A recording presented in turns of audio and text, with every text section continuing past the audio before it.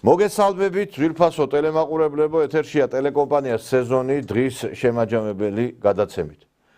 მე ვფიქრობ, დღევანდელი წერილი საქართველოს პრემიერ-მინისტრისა, ირაკლი კობახიძისა, დონალდ ტრამპისადმი, ეს არის ისტორიული, ეპოქალური მნიშვნელობის წერილი. ეს არის სათქმელი, რომელიც უნდა თქმული იყო. ეხლა ზოგიერთი იტყვის, აქამდეც უნდა გვეთქვა, ზოგიერთი იტყვის, რომ რაღაცა დაგვიანებულია, ნაადრევი 1000 რაღაცას კუც მოაბამენ, მაგრამ მე ვფიქრობ, რომ ეს სწორი და მნიშვნელოვანი განცხადება იყო. საქართველოს პრემიერ-მინისტრმა თქვა ის, რაც უნდა ეთქვა, რომ საქართველო არ არის ქვეყანა, რომელსაც ვიღაცა თავში წამოარტყამს. მალჩიკ ნაპაბი ბუშკა, რომელსაც შეიძლება რომ როგორც გინდა ისე მოექცე. და 30 წელია ჩვენ დამცირებისა და შეურაცხყოფის მეტი დასავლეთიდან არაფერი არ მიგვიღია. და აქ იყო კიდევაც საუბარი ამ წერილში, რომ 2.5 მილიარდი დაუზოგეთ ჩვენ ამერიკის შეერთებულ შტატებს, როდესაც ჩვენი ჯარისკაცები სიცოცხლეს წირავდნენ იმ ცხელწერტილებში, როდესაც მიდიოდნენ საომრად. და ბევრი გარდაიცვალა, ემსხვერპლა ოპერაცია, ზოგი დაინვალიდა, პირადად მე მეგობრები წყავს ისეთი, რომლებსაც დღესაც პრობლემები აქვს ჯანმრთელობის კუთხით და ის დახმარება, რომელსაც კიდევ ჩვენ ხშირად გვაყვედრიან, ეს დახმარება გაეწია არა ქვეყანას, არამედ იმ აგენტურას, რომელიც არის დასავლეთის და რომელიც ძირგამომთხრელ საქმიანობას ეწევა. და ბატონმა ირაკლიმ სწორად აღნიშნა ასევე ის, რომ უკვე გაგზავნილია წერილი და აქამდე პასუხი არ ყოფილა და თან ეს ღია წერილი არის დემონსტრირება იმისა, რომ საქართველო მართლაც იბრუნებს რეალურ დამოუკიდებლობას. საქართველო მართლაც ხდება დამოუკიდებელი სუვერენული ქვეყანა. და ჩვენ ვიქნებით იმ პოლიტიკის გამტარებელი, რომელიც ჩვენ ეროვნულ ინტერესებს შეესაბამება. და ეხლა ვიღაცები, ზოგიერთები იტყვიან იმას, რომ აი რა არის ეხლა ჩვენ ამით რაღაც დაუპირისპირდით, არავის არ დაუპირისპირდით. ჩვენ გვინდა პარტნიორული ურთიერთობა დასავლეთთანაც, ამერიკასთანაც, რუსეთთან რო გვინდა და გვინდა, ამაზე ყველა დღე ვლაპარაკობ ჩვენ ეთერში.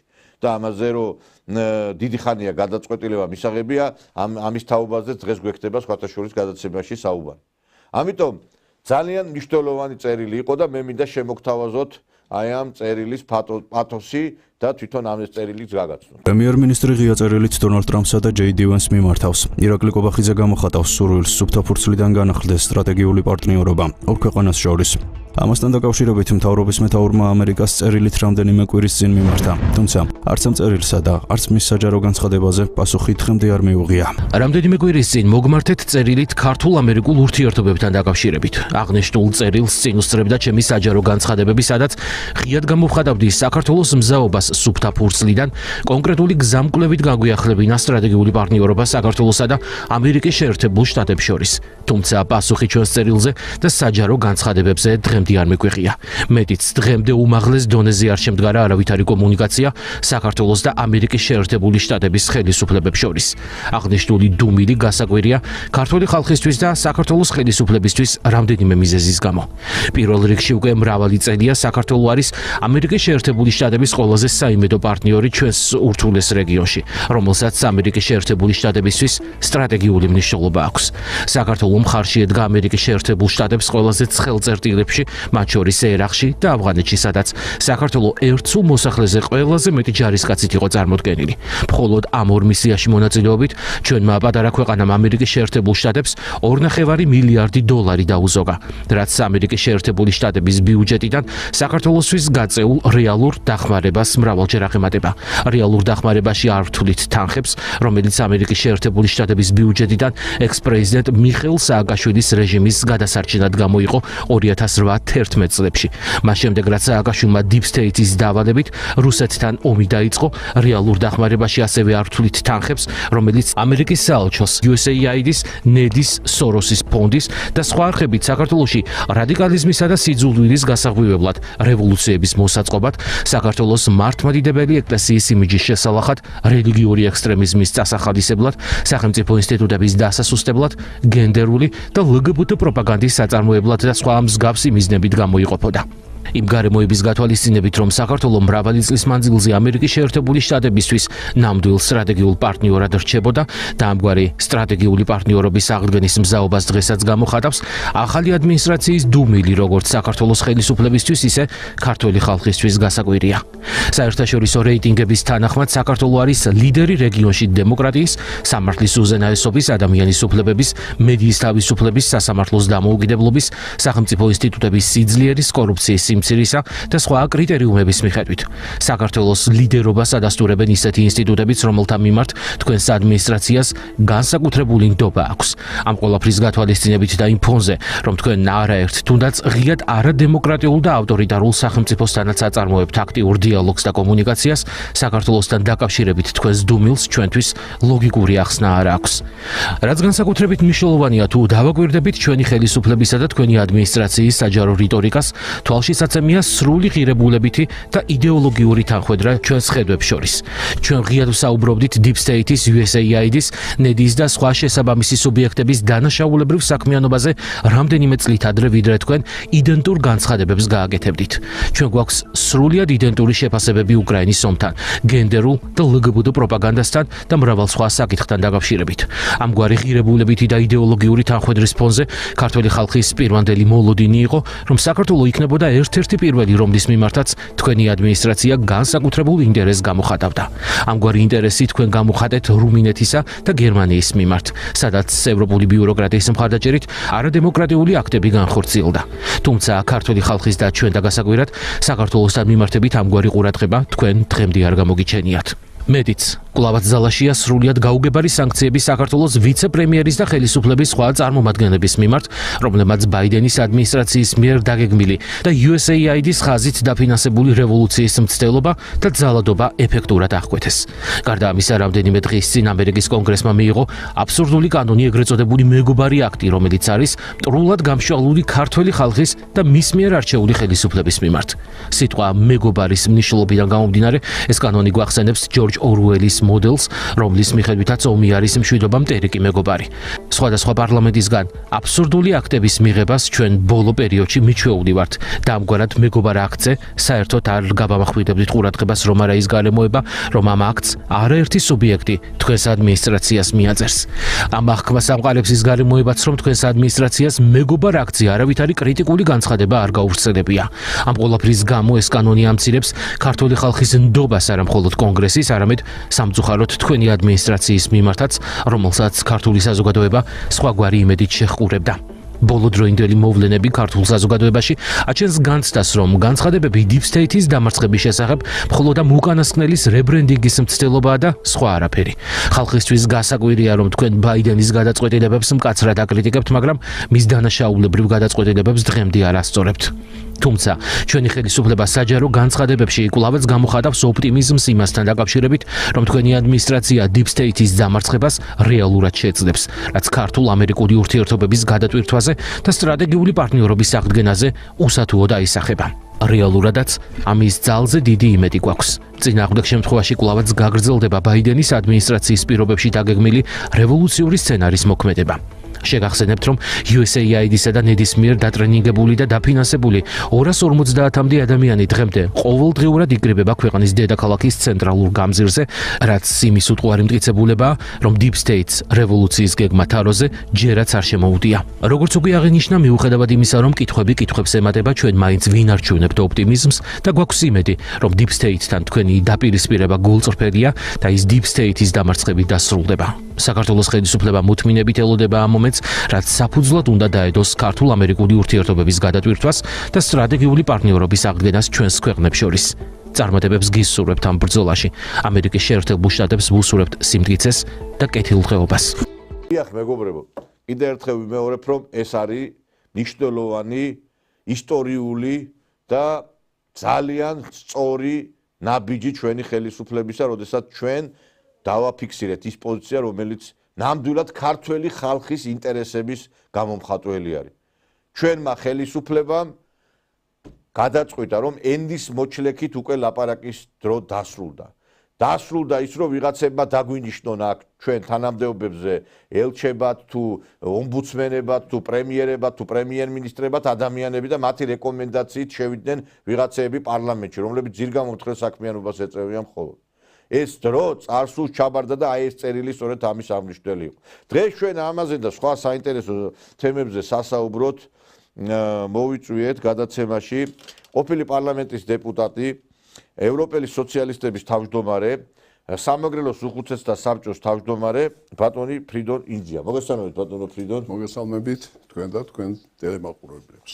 მოკლედ ბატონი ფრიდონი გამოცდილი პოლიტიკოსია, უკვე დიდი ხანია ის პოლიტიკაშია და დღეს ჩვენ მნიშვნელოვანი თემით ვიქნებით ეთერში და საინტერესო განცხადებასაც გააკეთებს ბატონი ფრიდონი. საქმე ეხება იმ რეზოლუციას, რომელიც რუსეთთან ურთიერთობების ადგენას ეხება, მაგრამ ჯერ მოდი დავიწყოთ აი ამ წერილით, რომელიც გავრცელდა ბატონო ფრიდონ და შემდგომ გადავიდეთ ამ ძირითად თემაზე. თქვენი პოზიცია აი ამ გავრცელებულ წერილზე საქართველოს პრემიერ-მინისტრმა, რომელიც ღია წერილით მიმართა დონალდ ტრამპს. უნდა გითხრათ, რომ ის თქვენ რაც ბრძანეთ დასაწყისში, პრინციპში აბსოლუტურად ვეთანხმები მე და არ მგონია ვინმე არ დაეთანხმოს. ეს წერილი არის გამოხატულება იმისა, რომ ჩვენ ვართ მართლაც დამოუკიდებელი ქვეყანა. დღეს ყველაზე დიდი დამოუკიდებლობა 50 წლის განმავლობაში ზუსტად ამ პერიოდზე მოდის. და ეს წერილი, რომელიც ჩვენმა პრემიერ-მინისტრმა საჯაროდ გაუგზავნა, მე ვიტყოდი, რომ ზუსტად თავის დროზეა.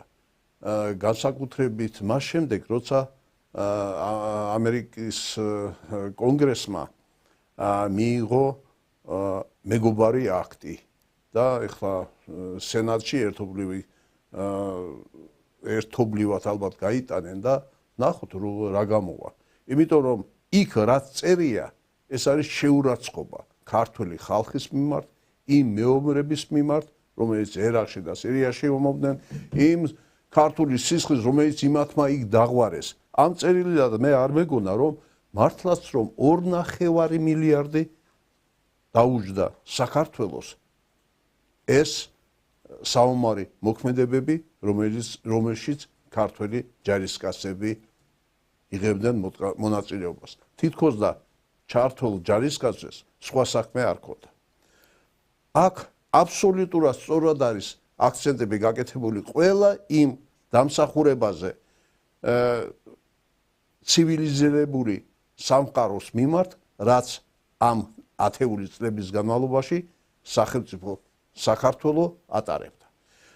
აბსოლუტურად ყველაფერია ჩამოთვლილი და ეს არა მარტო მთავრობის სახელით, ეს შეიძლება ითქვას მთელი ქართული საზოგადოების სახელით ითქვა და სახალხოდ გაჟღერდა ღია წერილით, როგორც პრეზიდენტს, ასევე ვიცე-პრეზიდენტს.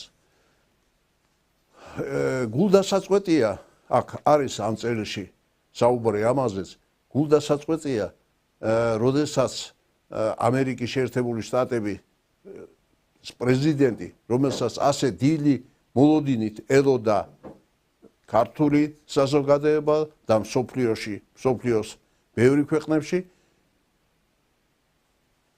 მოფერებით და ხაზგასმით აღნიშნავს იმ უმსგავსო შემთხვევებს და ქმედებებს ზოგიერთ სახელმწიფოში და პირდაპირ იცავს აბსოლუტურად სწორად და ხაზს უსვამს რა ხდებოდა რუმინეთში, რა ხდება ვენგრიაში და ასე შემდეგ.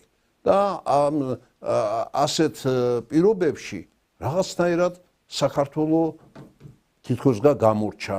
ალბათ ეს იგივე იმ ათეული წლების განმავლობაში ის თანხები, რომელიც მოდიოდა როგორც USAID-დან, ისე სხვადასხვა ორგანიზაციებიდან, რომელიც სრულ დამოკიდებულებაში არიან დღევანდელ ჩვენ ხელისუფლებასთან, ფორმირება მიდიოდა იმ აგენტურის, რომელიც ასეთი ათეული წლების განმავლობაში საქართველოში მოიკალათა და თავისუფლად გრძნობს თავს. აი იმის შედეგია ის 200-300 კაცი, რომელიც ყოველ დღე იმათ მიერ დაქირავებული ტვინ არეული ახალგაზრდობა იკრიბება პარლამენტის წინ. ასე რომ ეს წერილი მიმაჩნია ეს არა მარტო ხელისუფლებისგან, ეს არის მთელი ქართული საზოგადოების ხალხის.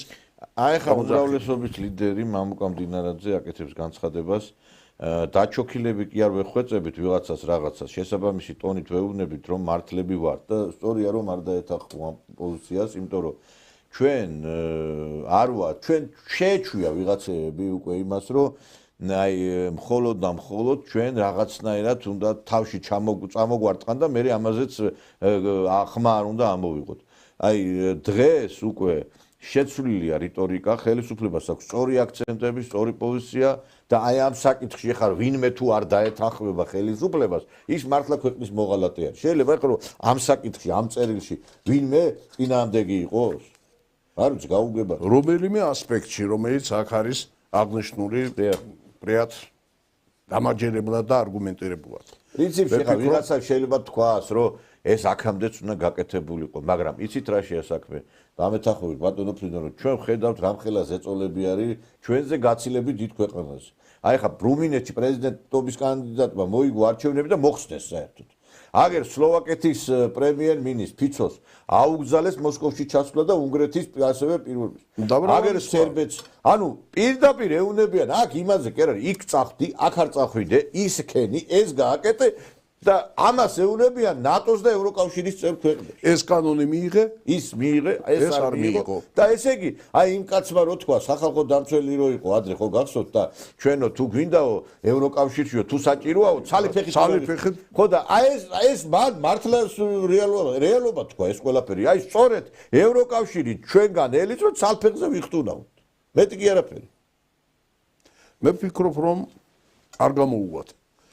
დღევანდელი ჩვენი ხელისუფლების შემართებიდან გამომდინარე, ეს არ გამოუვა და მე ვფიქრობ ისინი ბოლომდე ჩვენ სუვერენიტეტს დაიცავენ. ეხლა მე მინდა რომ ბატონო ჩვენ ამ თემას კიდე დაუბრუნდებით, რა თქმა უნდა, ამ მნიშვნელოვან თემას, მაგრამ დღეს ჩვენ რატომაც მოვიწვიეთ ბატონი ფრიდონი, ძალიან საკმაოდ გამოცდილი პოლიტიკოსი, რომელსაც ძალიან ბევრი უნახია თავის ცხოვრებაში და მე მიხარია რომ მისი შვილი აგრძელებს მის გზას, იმიტომ რომ ძალიან პერსპექტიული, ძალიან კარგი, ნიჭიერი ახალგაზრდა არის და აი ეს დაადასტურა იმ კომისიის პერიოდში, მუშაობის პერიოდშიც და მადლობა ბატონო ფრიდონ და ესეთი შვილის აღზრდისთვის, იმიტომ რომ მე დარწმუნებული ვარ, რომ იმედი მაქვს, რომ თქვენ რაც შეძლელი, თქვენზე მეც კიდე გააკეთებს ეს ადამიანი, იმიტომ რომ ხო იცი, ის ურჩევნია მამასა რომ შვილი ჯობდესო და მე ვფიქრობ, რომ ძალიან კარგი გუნდი იკვრება საერთოდ ბოლო პერიოდში და ძალიან ბევრი რამ სასიკეთო ხდება, რასაც დანახვა ჭირდება და მოდით ახლა ჩვენ დავიწყოთ ამ თემით, რაზეც დღეს შევიკრიბეთ. ესე იგი, ეს რეზოლუცია თქვენ კარგად იცით, ამბასადორში ხდა მიღებული პოლიტიკური პარტიის წარმომადგენლების, ექსპერტების, პოლიტიკოსების, ჟურნალისტების, საზოგადოების წარმომადგენლების მხრიდან, რომელი რეზოლუციაც ითვალისწინებს დედას იმას, რომ რუსეთთან ხელისუფლებამ დაიწყოს დიალოგი. და ეს არის მნიშვნელოვანი რამ, რომ ამაში ხალხი ჩაერთვება. ანუ აქ მარტო პოლიტიკოსები და ექსპერტები კი არ დააფიქსირებენ პოზიციას, არამედ ეს იქნება ხალხის ამოძახილი ხალხის პოზიცია. ბატონო ფრიდონ, აი გვიამბეთ ამის შესახებ, ამ რეზოლუციაზეც უთხრათ საზოგადოებას, ხელმოწერებთან დაკავშირებითაც ბევრს აინტერესებს, იმიტომ რომ არ წყდება ზარები ამის თაობაზე, რომ აი როდიდან დაიწყება ამ ხელმოწერების შეგროვება, როდის იქნება და ყველაფერი ამაზე არის საუბარი. აი მოვუყოთ მაყურებელს ამ ყველაფერს. სანამ ამ საკითხზე გადავიდოდით, მე მაინც მინდოდა მეთქვა ორი სიტყვა, რადგანაც თქვენ ახსენეთ ჩემი შვილი, მე მას შემდეგ რაც პარლამენტიდან წამოვედი, ამ პარტიაში მე აქტიურად არ მონაწილეობდა, ვფიქრობ რომ ამას თვითონ ახალგაზრდები გაართმევენ და ეს ჩემი შვილი იქნება თუ სხვა იქნება, მაგათ იმდენი სიყვარულია ჩვენი ქვეყნის, რომ ისინი თვითონ ამას მოაბამენ თავს. ამიტომ ამ შემთხვევაში და მას შემდეგ რაც მე პარლამენტიდან წამოვარდი, ძირითადად მე დაკავებული ვარ სამეგრელოს უხუცესთა საბჭოთი, რომლის ერთ-ერთი მთავარ ამოცანად წარმოადგენს ეს დიალოგი, მათ შორის აფხაზეთის უხუცესთა საბჭოსთან გვაქვს უკვე გარკვეულწილად კონტაქტები და ვფიქრობ ეს ხელშეუწყობს იმ ნახევრად ჩატეხილ მე მაინც იმედით ვარ და ნახევრად ჩატეხილ ხიდს, რომელიც ამ წლების განმავლობაში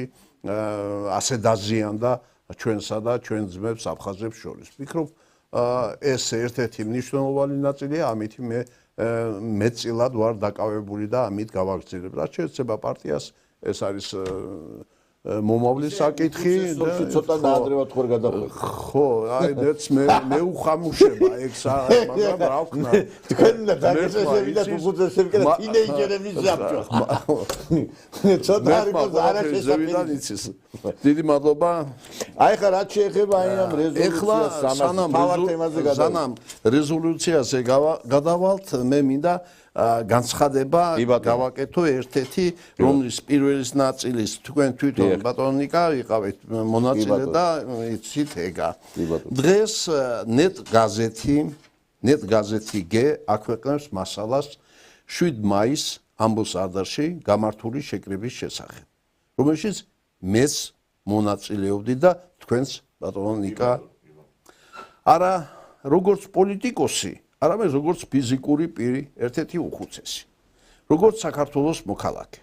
შეკრებაზე დაისვა საკითხი შექმნილ ვითარებაში რუსეთთან პირდაპირი დიალოგის აუცილებლობის შესახებ. გამოითქვა აზრი ხელმოწერების შეგროვების შესახებ, სადაც ამ აზრის მომხრეები თხოვნით მიმართავდნენ მმართველ პარტიას და საქართველოს მთავრობას განიხილათ რუსეთთან პირდაპირი დიალოგის დაწყების საკითხი. ამაზე ყურადღებას არ გავამახვილებდი, რომ არა რეაქცია, რომელიც ამ ფაქტს მოყვა. ამბასადორში 7 მაისს შეკრებულები თურმე საქართველოს მტრები არიან, რომლებიც არც მეტი, არც ნაკლები კრემლის დაკვეთას ასრულებდნენ. მე ახლო ნაცნობობა მაქვს იქ შეკრებილი ადამიანებთან და სრული პასუხისმგებლობით ვაცხადებ, რომ ყოველი მათგანი საქართველოს გულმხურვალე პატრიოტია, თუნდაც ოდნავ საეჭვო რეპუტაციისა იქ არავინ არ ყოფილა. ამაში თქვენს დამიდასტურებთ ბატონო ნიკა. შეკრების სულისკვეთებიდან სულისკვეთებასთან დაკავშირებით მინდა და მსურს გამოვხატო ჩემი პოზიცია ამ საკითხებთან. 3 ათეული წლის განმავლობაში დაგროვებული და ჩვენი ქვეყნის წინაშე დღეს მთელი სიმწვავით მდგარი გლობალური პრობლემები, მათ შორის ტერიტორიული მთლიანობის აღდგენის საკითხი რუსეთთან მოლაპარაკების პირდაპირი დიალოგის გარეშე ვერ გადაწყდება. იმასაც ვიტყვი, რომ დიალოგი მიუხედავად იმისა, სურს თუ არა ეს ვინმეს ბოლოს მაინც გაიმართება. რისის საუკეთესო დასტური დასტურია თუნდაც რუსეთსა და უკრაინის მაგალითზე. ამასთან დაკავშირებით პრეზიდენტ ტრამპის პოზიცია. ამ მიმართულებით ყოველი დაგვიანებული წუთი ჩვენთვის საზიანოა. სახელმწიფოებს შორის წინააღმდეგობათა დაძლევის ორი ფორმა არსებობს. ეს ერთი დიალოგი და ომი.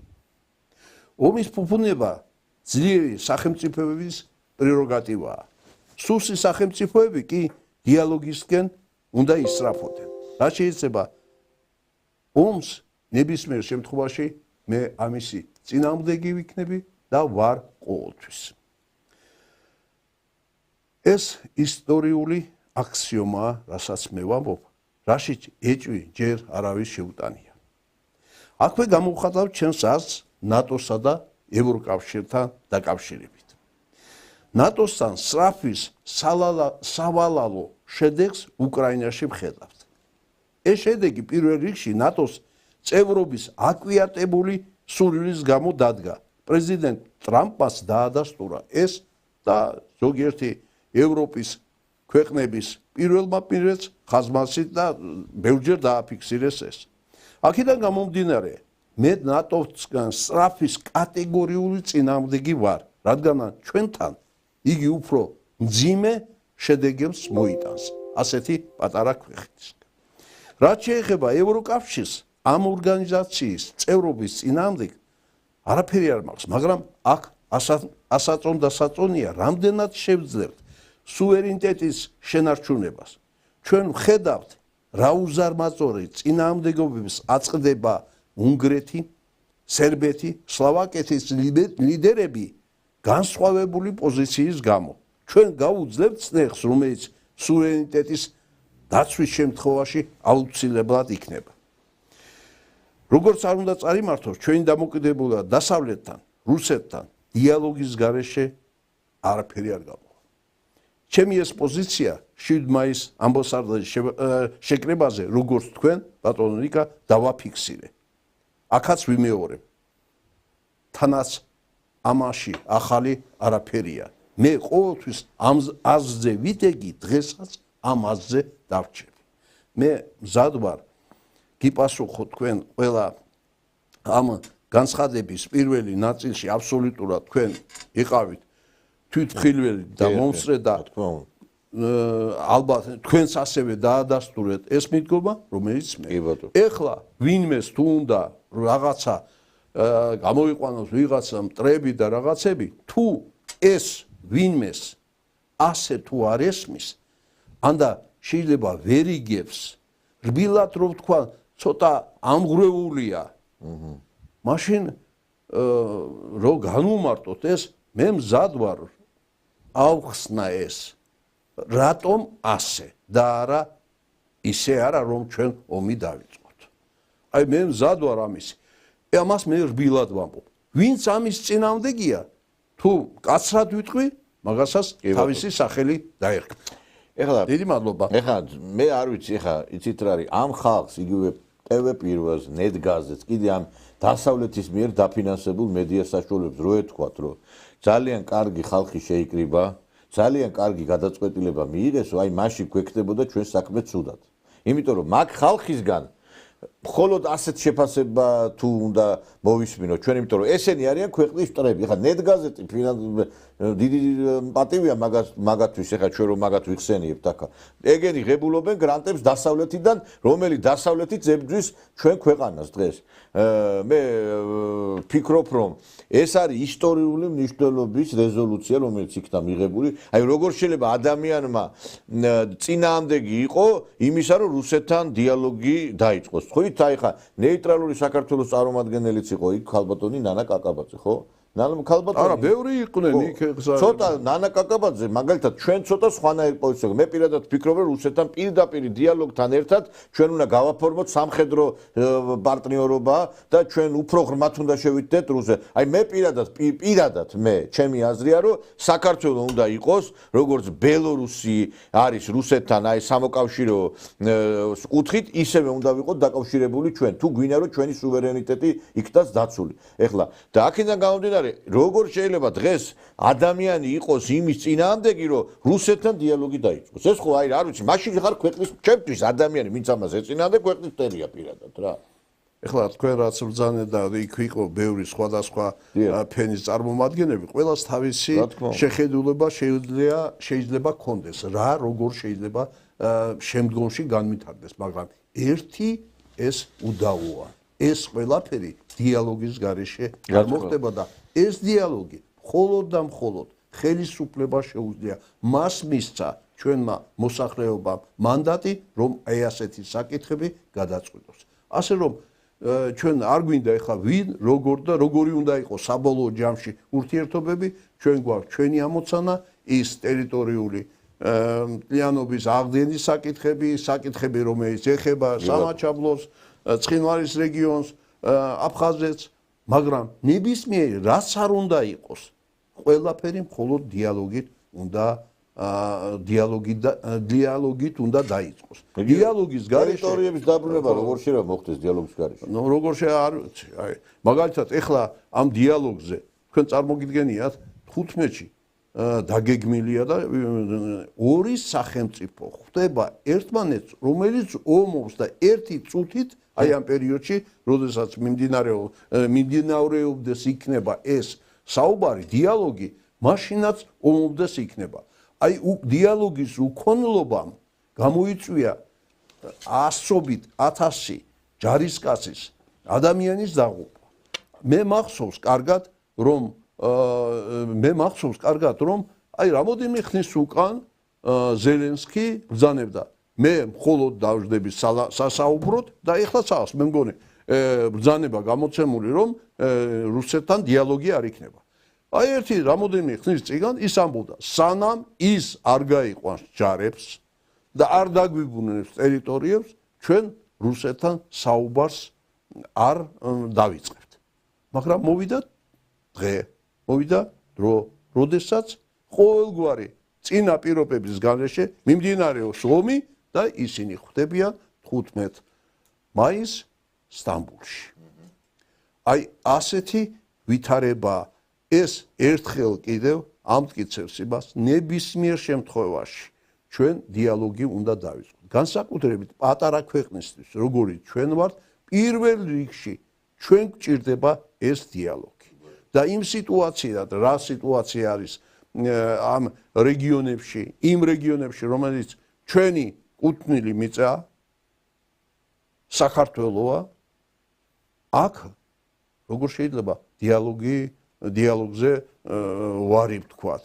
სხვა გამოსავალი არ აქვს. არა, გეთახმებით და რომელი ომი დაბრუნება, ეხლა რამხელა ქვეყანა იყო უკრაინა და როგორ დაპატარავდა და ხალხი განახევდა მონაწილე. ის ვერ უძლებს ამას და მთელი ევროპა ეომება რუსეთს და ჩვენ არ უნდა ვისაუბროთ. რა ვიცი, აბა მე ვერ წარმომიდგენია ვერც ერთი ადამიანი მაგას დაველაპარაკო და უთხრა რა ჯობია, ომი ჯობია თუ დალაპარაკება. ომი ჯობია თუ ვიღაცის მეშვეობით დაველაპარაკოთ. თუ რა ჯობია პირდაპირ ველაპარაკოთ თუ არა. აი მე ეს რაც შეეხება დიალოგს. დანარჩენი როგორც თქვენ და მე 7 მაისს ამბოსარდებში იყო პრაქტიკულად იქ სხვა რამეზე არ იყო საუბარი. იქ იყო მარტო ერთადერთი. კი ბატონო. და იქ როგორც არაპარტიული შეკრება, ჩვეულებრივი სხვადასხვა ჩვენი მოსახლეობის სხვადასხვა ფენები იყო. ზოგი იყო არასამთავრობო ორგანიზაცია, ზოგი იყო პიროვნება, როგორც მოქალაქე ჩვენი ქვეყნის და იყო საკითხი ამისი, რომ ეთხოვოს კი არ დაიწყოს, ეთხოვოს ხელისუფლებას, რომ განიხილოს გადაწყვეტილება მიიღოს ან არ მიიღოს დიალოგთან დაკავშირებით. მე გეთახმებით აბსოლუტურად და ეხა იქ თქვენ ახსენეთ რომ უამრავი ადამიანი იყო და მე მინდა განსაკუთრებული მადლობა გადაუხადო სოლიდარობა მშვიდობისათვის საერთაშორისო დივანს, ბიზნესმენს ბატონ მამუკა ფიფიას, რომელიც სპეციალურად ჩამობრძანდა მოსკოვში აი ამ დღისთვის და რომელიც აქტიურად იცავს რუსეთში საქართველოს ინტერესებს ყველა პლატფორმაზე, უამრავ ძალიან ისეთ მაღალი დონის კონფერენციებზე, შეხვედრებზე გამოდის და აფიქსირებს იმ პოზიციას, რომელიც ჩვენი ქვეყნისათვის არის მნიშვნელოვანი და სასარგებლო. და მართლაც ეს ადამიანი არის ჩვენი ლობი და ფაქტობრივად არაფორმალური ელჩი არის საქართველოს. იმიტომ რომ იყავს ჩვენი ელჩი, რომელიც დიპლომატიური ურთიერთობა არ ადგენილა, საელჩო არის, ინტერესების გამომხატველი სექცია იქაც და აქაც, მაგრამ ეს ადამიანი მართლაც ქებას დიდებას იმსახურებს და მე განსაკუთრებით მინდა გამოვყო იმ მონაწილეთაგან, რომლებიც იქ იყვნენ. რაც შეეხება ახლა თვითონ რეზოლუციას, ბატონო ფრიდონ, აი ამის თაობაზეც ისმის კითხვები, რომ აი მე გუშინაც ბატონი მამუკა მყავდა ეთერში, რომ ადამიანები ინტერესდებიან ხელმოწერები როდის დაიწყება, მე კი უთხარი საზოგადოებას გუშინაც რომ ელექტრონული იქნება რაღაც გარკვეულწილად ეს გაუადვილდეს, მაგრამ იქნება ასევე როგორც ვიცი, ასევე იქნება რაღაცა ვისაც უნდა ხელმოწერა. აი ამის შესახებ რო გითხრათ. ეხლა რაც შეეხება დიალოგს, რაც შეეხება დაუბრუნდები 1-2 სიტყვით დიალოგს, მე დარწმუნებული ვარ რომ მე ხო წინა თქვი რომ მე არ მეგულება ადამიანი რომელიც უარს იტყვის დიალოგზე და იმაზე. ხო, არა, აი გინდაც ისე დაუშვათ. ეს არ მოხდება, მაგრამ რომელიმე სხვა პარტია მოვიდეს და მათ შორის ნაციონალური მოძრაობა თუ ვინც არ იყო, მოვიდეს ხელისუფლებაში. დამერწმუნეთ მაგაში. დარწმუნებული იყავით. მეორე დღეს ისინი იქნებიან მოსკოვში მოსალაპარაკებლად ჩასული. ეხლა რა დადიან მოსკოვში მგონია? ეხლაც დადიან ჯგუფ-ჯგუფად. რაღაც მე ასეთი გზნობა მაქვს, რომ ისინი ეხლაც ეძებენ. ჩვენთვის არ არის მთავარი ვინ დაიწყებს დიალოგს. პირველ რიგში რა თქმა უნდა ხელისუფლებამ უნდა დაიწყოს ეს და ვისი მეშვეობით ესეც ჩემთვის არ არის. არავითარი იმას არ წარმოადგენს ეს მნიშვნელობას. ოღონდ დაიწყონ, იმიტომ ოღონდ დაელაპარაკონ ერთმანეთს. ვის რა პრეტენზიები აქვს, ვის რატომ მოხდა რა, ყველაფერი იქ გაირკვევა და ბევრი შეიძლება რამე გადაწყდეს. ისე სასიკეთო. თუ არ იქნება ეს, მაშინ ვიქნებით ასე და გავა დრო და როგორც ტაოკლარჯეთიან ბევრი ჩვენი მიწებია დაავიწყდება ჩვენს მოსახლეობას 30 წელი ცოტა არ არის ეს თითქმის ორი თაობა ხალხნო როგორმე გადავარჩინოთ ეს საკითხი და დავლაგდეთ ეს არის მთავარი. ეხლა რა შეიძლება რეზოლუციას ამაზე უკვე ითქვა იქ ხელმოწერებიც იქ იყო და არის საორგანიზაციო ჯგუფი რომელიც მოამზადებს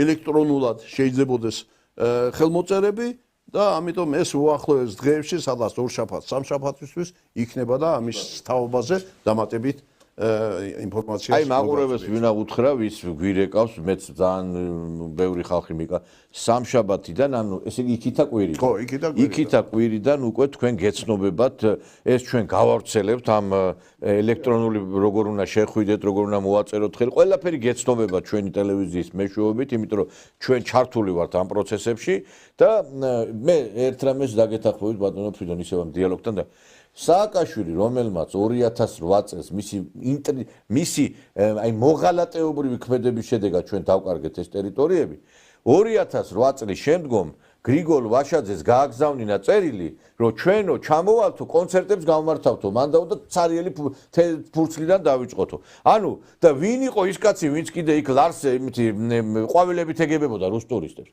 ვინ გადასცა სტრატეგიული ობიექტები რუსებს და კაცი რომელიც თვითონ და ფუსუნი არა აქვსო და ბენდუქიძე რო იყო რო გამოდიოდა გახსოვთ რომ ვინ ეკითხებაო ამერიკას ჩვენ ვის მივცემთო იმ გაზის მილსო კიდე ანუ თვითონ სხვა პოზიციებზე იყვნენ თვითონ სხვანაირად მოქმედებდნენ და დღეს ხელისუფლებაში რო არ არიან ხელისუფლებას უგზალავენ ფრენების აღდგენაც თურმე არ ყოფილა სწორი უვიზო მიმოსვლაც არ ყოფილა თურმე სწორი ყველაფერი რაც კი ქვეყნის გამთლიანება გაძლიერებას ემსახურება თურმე ეს ყოფილა არასწორი იმართი პირველი ამოცანა ბატონო ნიკა როგორმე ეკონომიურად მოგვახრჩონ ამისთვის არის პირველ რიგში ისინი რომ ეს აიგრძალოს ეს ფრენები ეს ვაჭრობა არ იყოს ეს ეკონომიური სხვადასხვა საბჭოები შეიქმნა რომელიც ხელს უწყობს ბიზნესმენებს ეს განავითარონ და ყველაფერი ეს იმათვის არის პირველადი ამოცანა როგორმე ეკონომიურად ჩვენ დაიშალოს ჩამოიშალოს ქვეყანა მაგრამ ჯერჯერობით მადლობა ღმერთს ну პირველ რიგში ეს ხელისუფლების დამსახურებაა რომ ჩვენი ეკონომიური მაჩვენებელი ევროპაში ასეთი მსგავსი არ არის. ეხლა თქვენ წარმოიდგინეთ ერთი რამ ბომბი რო გავარდნილიყო საქართველოში, თბილისში, მის შემოგარეთ, აგერ 40 კილომეტრში არიან ჯარი დგას. ესე იგი, აქ ხომ ეს იქნებოდა 0-თან ახლოს. ვერც სკოლები გარემონტდება, რამდენ სკოლას აშენებენ. ეს გზები ვინ მოგცემდა კრედიტს იმ მაგისტრალის ასაშენებლად თუ შენ ეკონომიური მაჩვენებელი არ არის და არ ჯდება იმ პარამეტრებში რომელი პარამეტრების ქონა გაძლევს საშუალებას აიღოს კრედიტი აი ეს მინდა და მე ხა ხელისუფლებას რო კიდე უკიჟინებენ იმას რომ რაღაცა უფრო მეტი უფრო ისა ხა ჩვენც კი ვამბობთ ამას მაგრამ თქვენ როგორ ფიქრობთ ხა რა თქმა უნდა დიდი წვლილი შეიტანა ფრენების აღდგენაში და უზომი მოსვლაში ბატონმა მამუკა ფიფიამ და გინდაც კიდე ცალკეულმა ადამიანებმა, მაგრამ ხელისუფლების ადეკვატური ნაბიჯები რომ არ ყოფილიყო, ფრენებს და უვიზო მიმოსვლას ვინ აღადგენდა საერთოდ, ხო? ანუ რაღაც კომუნიკაცია რო არ ყოფილიყო. ეხლა ბევრი რამე მე პირადად ვიცი და თქვენც იცით ბატონო ფრიდო, მაგრამ ვერ ვიტყვით ამას, იმიტომ რომ ეს ჩვენი ქვეყნის გარკვეული ინტერესებიდან გამომდინარე არის განპირობებული. ეხლა მე არც პარლამენტის დეპუტატი ვარ, არც პრემიერი ვარ, არც პარლამენტის თავმჯდომარე, მაგრამ აქ გაჟღერებულ სიტყვასაც ძალიან დიდი მნიშვნელობა აქვს. და შეიძლება იყოს დამაზიანებელი ჩვენი ქვეყნისათვის. და მე ბევრი რამ ვიცი და თქვენც იცით, ბატონო ფრიდო, რომ ძალიან კარგად მიდის ყველაფერი რაღაც მიმართულებით, ხო? რომელიც ჩვენ გვაინტერესებს. ეხლა მე რაც ვიცი იმას ლაპარაკობ, ეხლა ბევრი არაფერი არ ვიცი, იმიტომ რომ ეს არის ხელისუფლების პრეროგატივა და ზოგ შემთხვევაში როდესაც ფიქრობ, რომ ხელისუფლება ეს ასე ჯობდა გაეკეთებინა და ან ისე ჯობდა გააკეთებინა, მეორე წუთში ჩაფიქრდები და ჩემთვის ვიტყვი, რომ შეიძლება მე ყველა სახის ინფორმაცია არ მაქვს, რომ ასეთი გადაწყვეტილება იმათმა მიიღეს. ესე იგი შეიძლება კიდევ იყოს რაღაცა ისეთი მომენტი, ისეთი ინფორმაცია, რომელიც მათ ამის საშუალებას არ აძლევდა.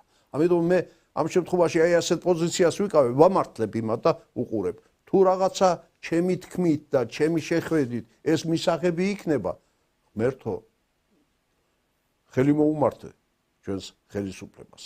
მე ვფიქრობ, რომ აუცილებლად ალბათ მე შემდგომში აქტიობები უნდა დაიგეგმოს იგივე იმ ჯგუფიდან, რომელიც ჩვენ აი შევიკრიბეთ, რომ აუცილებლად უნდა ამოვიდეს იმ კონსტიტუციიდან ის ყადაღებული ჩანაწერი, იმიტომ რომ ბევრი ამაზეც უსვამდა ხაზი ჩვენთან შეხვედრაზე, რომ საქართველოს ნატოსკენ მიესწრაფის.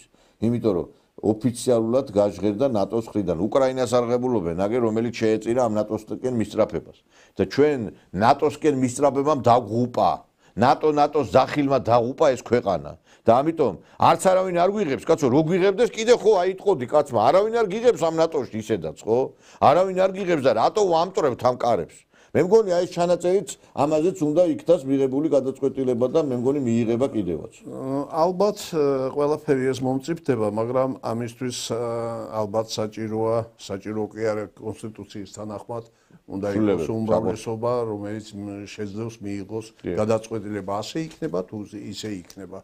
ვფიქრობ, სხვა გადაწყვეტილების მიღება ალბათ შეუძლებელი იქნება, როცა შეიძლება იმ პერიოდისთვის 2028 წლისთვის, როდესაც დაგეგმილია ოფიციალურად კონსტიტუციის არჩევნები, შეიძლება ნატოს დაშლილი იყოს, ნატოც არ იყოს, ან და იყოს რაღაც სამხედრო ალიანსი, საფრანგეთი, დიდი ბრიტანეთი, პოლონეთი და გერმანია. შეიძლება ასეთი გახდეს. ან შეიძლება კიდევ უფრო შემცირდეს, შეიძლება მას გამოეყოს ამერიკის შეერთებული შტატები, რომელიც პირველ რიგში დამფინანსებელი იყო ამ სამხედრო ბლოკის.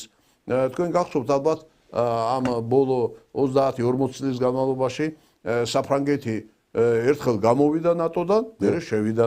ასე რომ აქ ეს საკითხები უჩვენოდ გადაწყდება ბევრი რამ, ოღონდ ჩვენ თავის დროზე უნდა ვიყოთ იქ, სადაც ჩვენთვის ყველაფერი მომგებიანია და აქ რამე ჩვენ არ უნდა გამოგჭირთ. მათ შორის ის საუბარი, ის დიალოგი, რომელიც ჩვენ ხელისუფლებამ რუსეთთან უნდა გამართოს.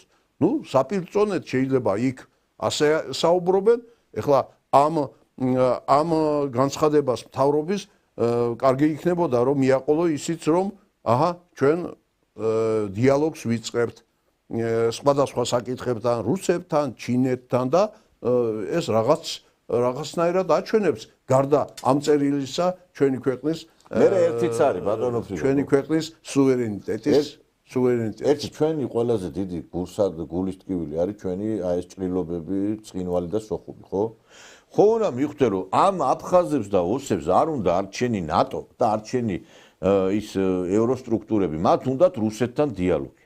ეხლა შენ თუ გინდა ამ ტერიტორიების დაბრუნება, დიახაც ამ შენ ინტერესებიდანაც უნდა გამოხვიდე და ამ ხალხის და ამ ტერიტორიაზე მცხოვრები სუბიექტების პოზიციიდანაც უნდა გამოხვიდე.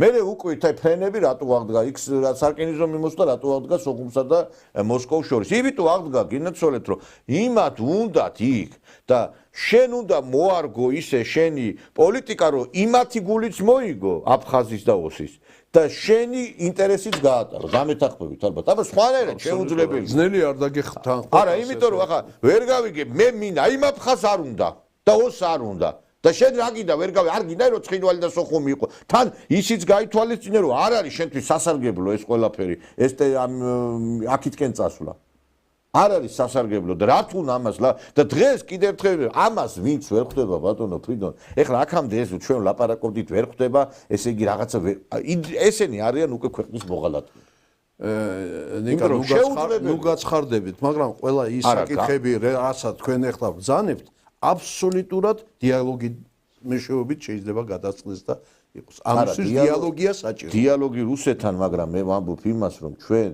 აი ისიც არ მომწონს ტერმინი მე რომ ვამბობთ რომ ჩვენ დავიბრუნებთ აფხაზეთს და ოსეთს რა თქმა უნდა მაგრამ იქვე უნდა მივაყოლოთ რომ აფხაზებსა და ოსებთან ერთად იმიტომ რომ იქ როდესაც ამ ტერმინებს და ამ ლოზუნგებს გებულობენ ასეთი განცდა ეუფლებათ რომ ესე იგი ჩვენს გარეშე და ამიტომ არავითარი ესეთი შიში არ უნდა გქონდეს აფხაზ და ოს რომ შენ მათ გარეშე განიხილავ ერთიან ძლიერ და ქვეყანას რომელშიც ყველა ვიცხოვრობთ.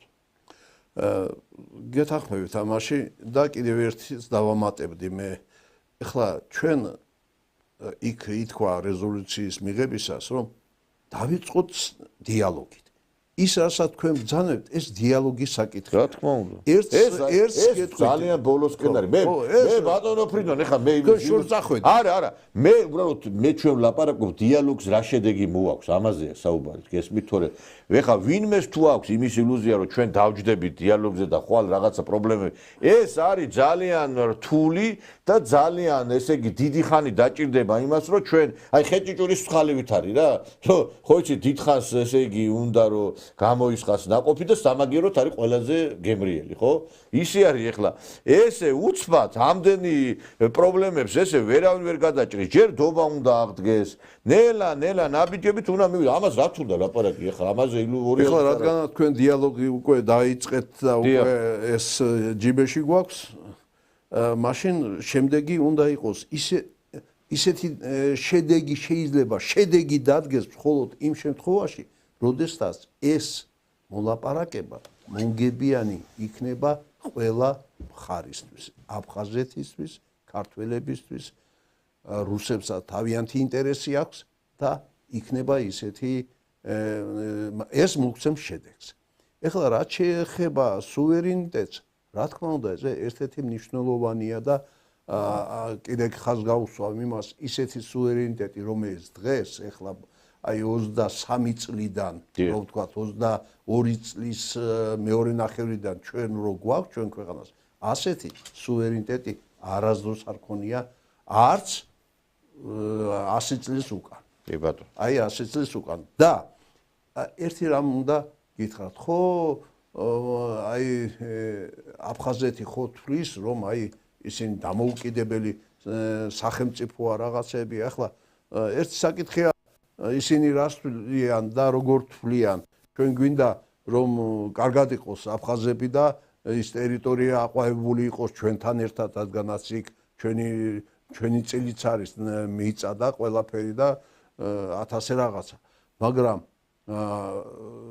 სუვერენიტეტის მაჩვენებლები არის მაგალითად ჯარი, კონტროლის საზღვრების არის საკითხი ფინანსური სისტემა, არის საკითხი ბევრი რამ და ეს საკითხები აფხაზეთს გარკვეულწილად გადაცემული აქვს სხვისთვის. ეს ფულად საკრედიტო სისტემა, ეს საბაჟო და ჯარის ნაწილი, ეს ბევრი რამ და ამიტომ ესეც სასაუბროა და კარგი ნიადაგს ქმნის საუბრისთვის და ეს შეიძლება იყოს ისეთი მოლაპარაკების საგანი, მაგრამ ყველაფერი ამას უნდა დიალოგი. დიალოგი ერთი ერთზე. ყოველგვარი შუამავლების გარეშე. 30 წელია ჩვენ შუამავლების მეშვეობით სხვისი კონტროლის ქვეშ ჟენევაში მიმდინარეობს ეს მოლაპარაკებები, სადაც ხან ერთი მხარე ადგება გავა ტარიღებს მონაწილე, ხან მეორე, ხან მესამე. არაფერი არ მოგცა ამან. შევხედოთ უნდა თვალებში სიმართლეს. ჟენევის ფორმატა, რომელმაც მე მქონდა ერთხელ ასეთი წინადადება, ხო ხედავთ რომ ჟენევის ფორმატმა არ იმუშავა და ეხლა გავაკეთოთ, ვთხოვოთ ჩინეთის სახალხო რესპუბლიკას, რომ ისინი იყვნენ შუაში. ისინი იყვნენ მედიატორები და იმათი მედიატორობით გავმართოთ საუბარი აფხაზებთან და ქართველებთან. ასეთი წინადადებაც მქონდა. მაგრამ ყველაზე სწორი იქნება, რომ ჩვენ პირდაპირ ველაპარაკოთ იმ სუბიექტებს, რომლებზე არის დამოკიდებული ძირითადად. ეხლა ჩვენ უხუცესები ქეჩავალთ იმაში და იმედია რომ აფხაზების უხუცესები და იმედი მაქვს რომ ჩვენ მივახცევთ ამას. დავილაპარაკოთ. დიახ, აფხაზეთში. ეს ბოდიში როდის ეხა იგებდება? რა ვიცი, ნახოთ, ჩვენ გვაქვს სურვილი ასეთი. არის იქ აფხაზეთიდან, რომლებსაც აქვს სურვილი ამის თაობაზე. იმიტომ რომ ჩვენ ერთი ქვეყნის შვილები ვართ. როგორც იქით ამხარე, ასევე აქეთ ამხარე და ამიტომ მე უხუცეს მინდა თვალებს შევხედო, დავშნე მაგასთან და პური გავტეხო. მე მოვიწვიო აქ და ნახო რომ ჩვენ ისა ვართ, რომელიც ის ხალხი ვართ, იმართი შთამომავლები ვართ, რომლებიც რომლის წინაპარი და მათი წინაპარი ერთად ცხოვრობდნენ. ისინი ნათესავები არიან, ოჯახით არიან ერთად შეკრული. მაგრამ მაინც ეს დიალოგი ჩვენს ირგვლივ ყველასთან აუცილებელია. მე ვფიქრობ აქ ყველა ამაში დამეთანხმება. ეხლა მე მაინტერესებს ერთი დამალაპარაკა რომელმა ნაციონალთან, ეხლა ვინც არიან, ყველა ახალგაზრდები არიან და ბევრს იმ უზნეობაში და იმ დანაშაულში მონაწილეობა არ მეუღია. ეს უნდა გავითვალისწინოთ ჩვენ. ესე ყველა არ არის იქ.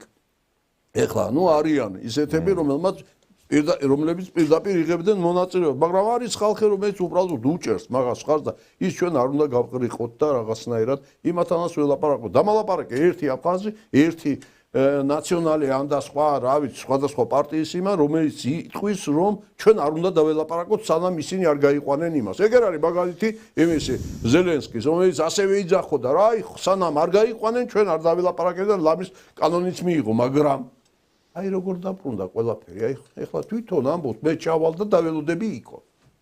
არა, ეხლა იცით რა. ასეთი მდგომარეობაა და ასეთი სიტუაციაა და ამ სიტუაციაში ამ ხრივ გარღვევა იქნება იმ შემთხვევაში ეს მარტო დიალოგი რუსეთსა და საქართველოს კი არ ჭირდება.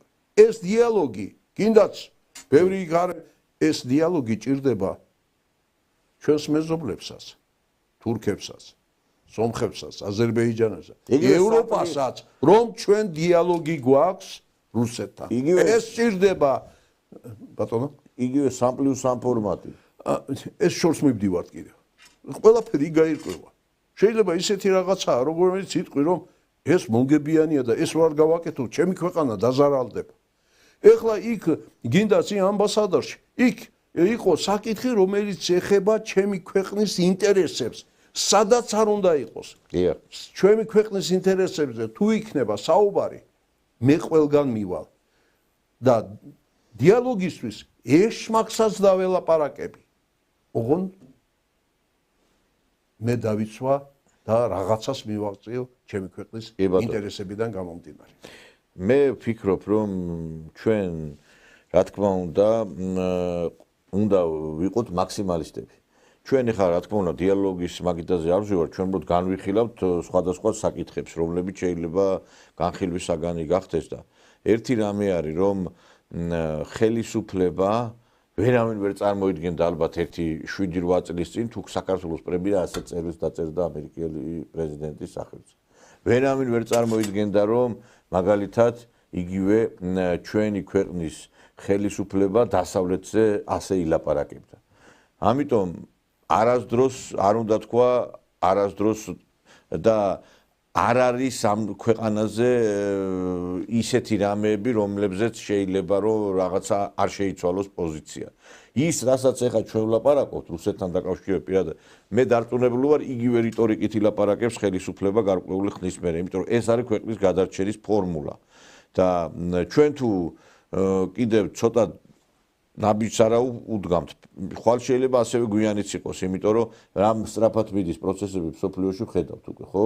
უკვე აი ძალიან მალე იცვლება სიტუაცია ჩვენს გარშემო. ბევრი ქვეყანა საერთოდ გაქრება ალბათ, ბევრი ქვეყანა დაკარგავს თავის ტერიტორიებს. აგერ სირია ასეთი უზარმაზარი ქვეყანა იყო და ძლევამოსილი. ფაქტობრივად სირია აღარ არსებობს. უკრაინა ფაქტობრივად აღარ არსებობს.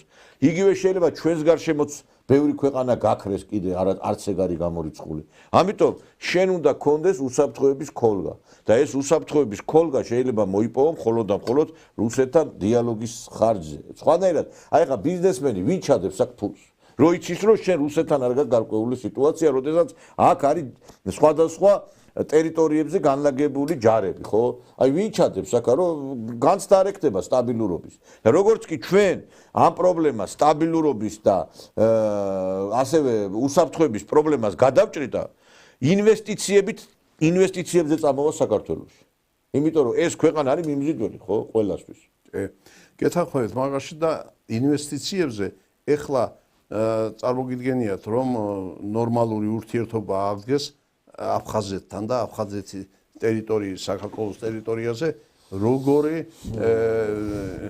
როგორი კარგი ადგილებია ინვესტიციებისთვის არის ზღაპარი რა ესე იგი რა ვიცი ზოგჯერ მილიარდები ჩაიდება მეცინება ხოლმე იცით მე ძალიან მიყვარს ახლა ბათუმი და ქობულეთი მაგრამ ზოგიერთი რო ადარებს ბათუმ და ქობულებს ლესელიძეს გაგრას და სოხუმს ეგ იგივე ახლა შეადარ მე კიდევ თქვი მე ძალიან ეს ახლოსაც ვერ მივა სოხუმთან ეხლა გვისმენენ ჩვენ მე ვიცი აფხაზებიც გვისმენენ და რუსებიც გვისმენენ იგივე ცხინვალი იგივე არანაკლები მიმზიდველი არის ჩვენთვის ჩვენი მეორე ტერიტორია რომელიც ასევე ვერ ვაკონტროლებ ხო და ეხლა რო ადარებთ ამ სურათებს ერთი აბა წავიდეს იქით და იწყება უკვე ინფრასტრუქტურის სამი და მე შეადარეთ ეს სურათები ეხლა რო ადარებთ დანგრეულ სოხუმს და დანგრეულ გაგრას მე შეადარეთ ერთი რამდენიმე წლის წინ იმავე სურათებით ეს ახლოსაც ვერ მივა დიალოგი ყველაფერს გადაწყვეტს და ამაში მოიგებს ყველამ უნდა მოიგებს აფხაზების და ოსების დამოკიდებულება შეიცვალა ჩვენი ქვეყნის მიმართ. უკვე დობა გაჩნდა.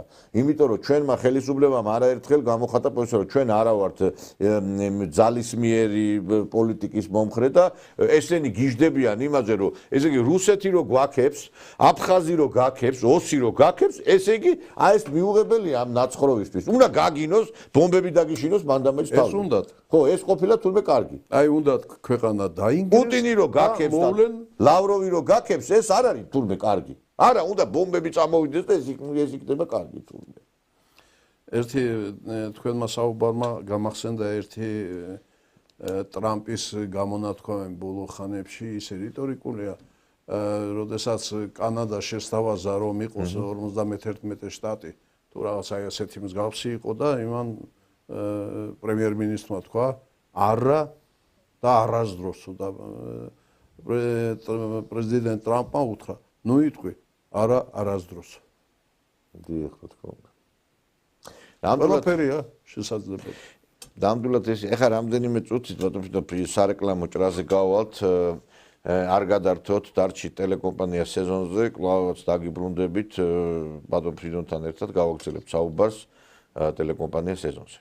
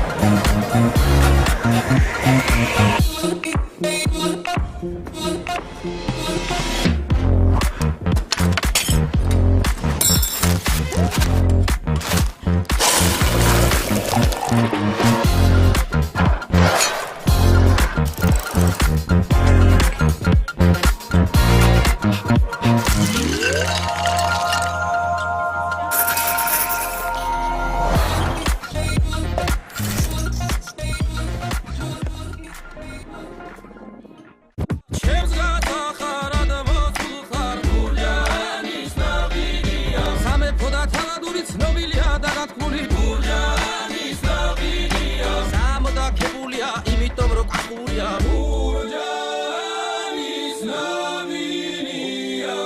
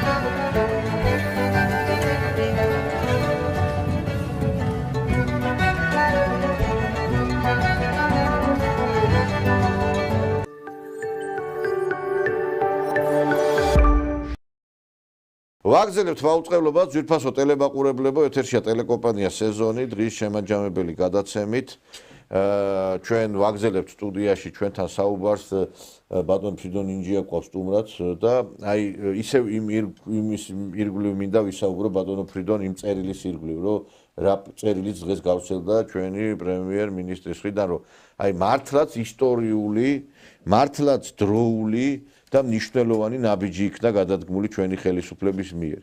ეს არის სხვათა შორის, ახლა მე გადავხედე აფხაზურ და ოსურ საინფორმაციო სააგენტოებს და ასევე რუსულს. ესე იგი, როგორი აღტაცებულები არიან ჩვენი ხელისუფლების აი ესეთი ქმედებით. აი, ჩვენ თუ გვინდა რომ ვლაპარაკობთ აფხაზეთისა და ცხინვალის გასაღები, გარდა იმისა, რომ სოხუმში არის, ასევე ეს არის აფხაზების და ოსების გულების მოპოვებით და მათი გულების გათბობით. იმიტომ რომ კარგად ვიცით, რაც ამერიკის შეერთებულმა შტატებმა გააკეთა ის პოლიტიკა, ის იყო ყველაფერი, რაც მერე შემდგომში აისახა 2008 წელს.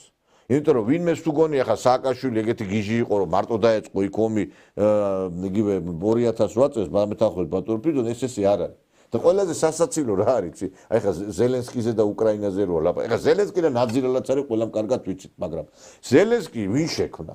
ვინ დააწყებინა ზელენსკის ომი?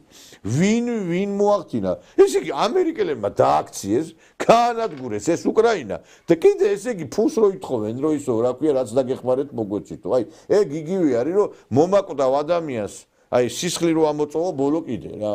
ხო და ამიტომ მე ვფიქრობ, რომ ჩვენმა ქვეყნის ხელისუფლებამ ძალიან სწორი აქცენტი გააკეთა. მე დღეს აი ძალიან გახარებული ვარ იმ წერილით, რომელიც ვნახე და აღტაცებულიც ვარ და ეს წერილი სხვათა შორის ეხმიანება ბატონო ფრიდონ აი იმ რეზოლუციას, რაც ჩვენ იმას რა ქვია მივიღეთ, იმიტომ რომ ეს ფაქტობრივად ესადაგება იმას, რომ შემდგომში უკვე ხელისუფლება აუცილებლად აი რუსეთისთან დიალოგს დაიწყებს. იმიტომ რომ თუ პარტნიორი უკვე შენს მიმართ ამერიკის შეერთებული ასეთ პოზიციას ირჩევს, მაშინ ვიღაცას და ხომ უნდა გქონდეს ჩვენ ურთიერთობა რა.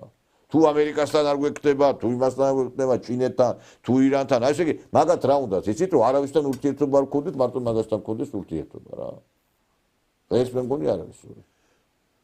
ამიტომ ეს წერილი, რომელიც მთავრობამ გააგზავნა პრემიერ-მინისტრმა სწორად აბსოლუტურად გამოხატავს იმ სულისკვეთებას და ქვეყნის ინტერესებს, როგორც სუვერენიტეტის დაცვის მხრივ, ასევე ჩვენი სამომავლო გეგმებზე.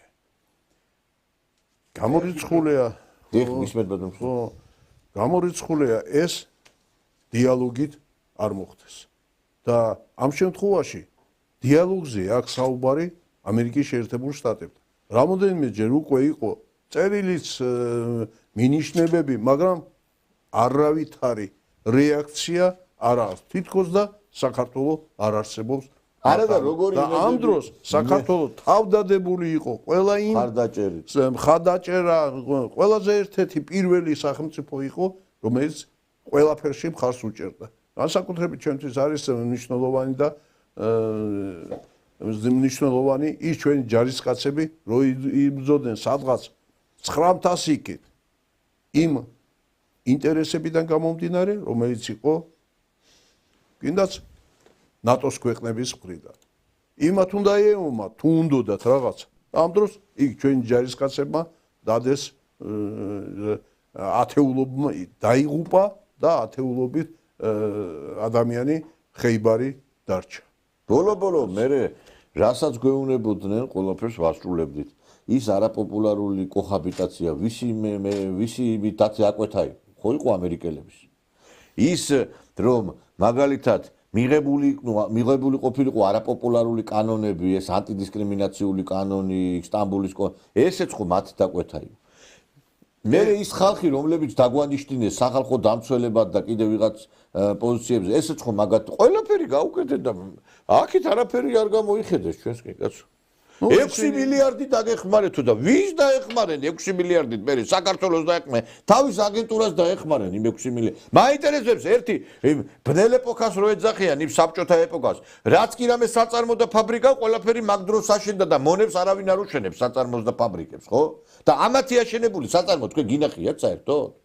რომელი გინახიათ აი რუსთავის მეტალურგიული მაგალითად ან კიდევ თქვათ ბათუმის გემშენებელი ან თქვათ 31 ქახლის მსგავსი რამე ახლოს მდგარი რამე გინახიათ თქვენ აშენებული ამათ მეშვეობით ის არა და 6 მილიარდით მართლა რამდენი საწარმო და ქარხანა აშენდებოდა შეიძლებოდა აშენებული ყოფილიყო ხო რამდენი მაგრამ ამოვისუნთქებდით მართლაც რა გეთანხმებით და ვის მისცეს ფული მისცეს აი მოღალატებს ჯარს ჩამოაკლეს დაფინანსება და იმათ მისცეს NGO-ებს ბოლოს შედეგი რა არის შედეგი იმ 6 მილიარდიდან არის ის 250 კაცი რომელიც დგას პარლამენტის შენობის წინ მე დარწმუნებული ვარ იმაში რომ ქართველი კაცი ჩვენ დავდგებით ფეხზე და არ დაუშვებთ ამას.